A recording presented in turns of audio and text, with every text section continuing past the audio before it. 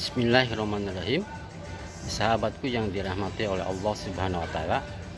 Allah Subhanahu wa taala berfirman di dalam surat Al-Maidah ayat 3. A'udzubillahi minasyaitonirrajim. Bismillahirrahmanirrahim.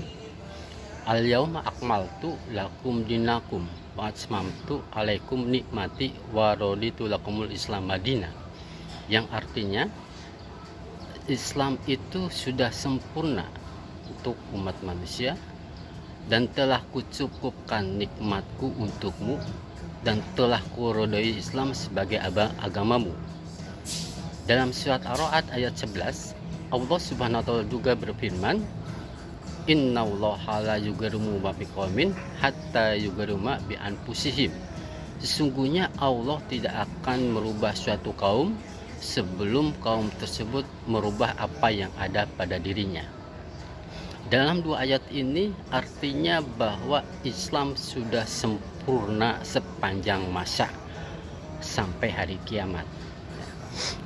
Lalu kemudian kaitannya dengan ayat ini, ya kan, kita akan mencoba membahas fenomena tentang Gen Z, ya kan, generasi yang mereka itu lahir pada era medsos, ya, lahir pada ramainya dunia internet, medsos, Instagram, TikTok dan sebagainya, yang mereka itu dalam tanda petik dikatakan bahwa generasi rebahan, generasi natif, eksis, narsis, ya, generasi yang mendapatkan informasi banyak dari media sosial, bukan dari baca buku gitu kan.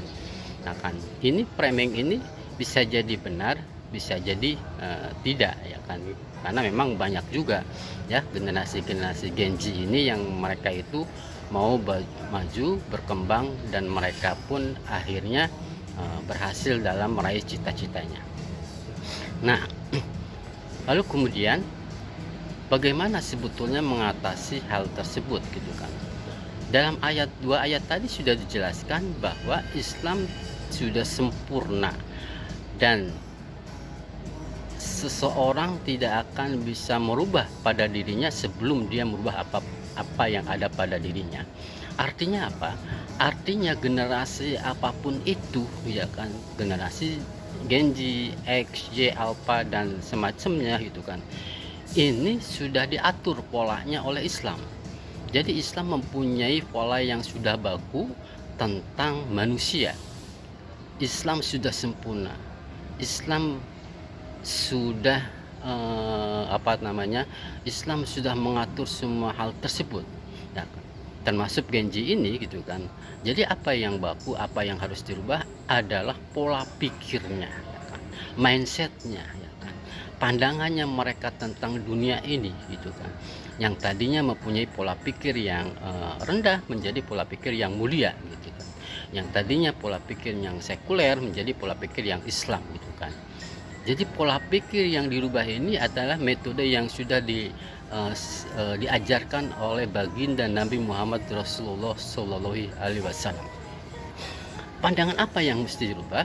Pandangan bahwa mereka dilahirkan untuk apa, gitu kan, ke dunia ini. Lalu kemudian setelah kehidupan ini ada apa? Ya, apakah ada kehidupan yang lain atau tidak, gitu kan? Jelas dalam pandangan Islam bahwa kita dari Allah kembali untuk Allah dan kembali kepada Allah, ya kan. Artinya apa?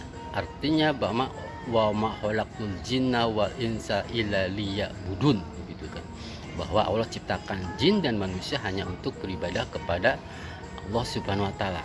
Nah, pola pikir inilah yang sudah baku, yang harus dipahami oleh generasi apapun itu, bahwa apa, bola pemikiran yang ada di dalam benak kita sebagai umat manusia harus pola pikir Islam, ya kan, harus pola mindset Islam, ya kan, sehingga apa, sehingga tidak boleh ada pemikiran apapun yang masuk ke dalam benak atau pemikiran kita. Persoalannya yang muncul kemudian adalah perbedaan dalam uslub dan cara mengubah umat manusia. Nah, disinilah maka kita berkreativitas gitu kan, kita bisa berkolaborasi bagaimana caranya bisa masuk ke Genji ini gitu kan. Mungkin bisa dengan cara-cara yang memang mereka sukai atau melalui hobi mereka gitu kan. Kenapa? Karena uslub ini akan berubah sepanjang dengan perkembangan zaman dan teknologi. Nah, begitulah. Jadi intinya bahwa Islam sudah mempunyai pola pikir mindset yang sama untuk merubah umat manusia, apapun itu juga. Demikian.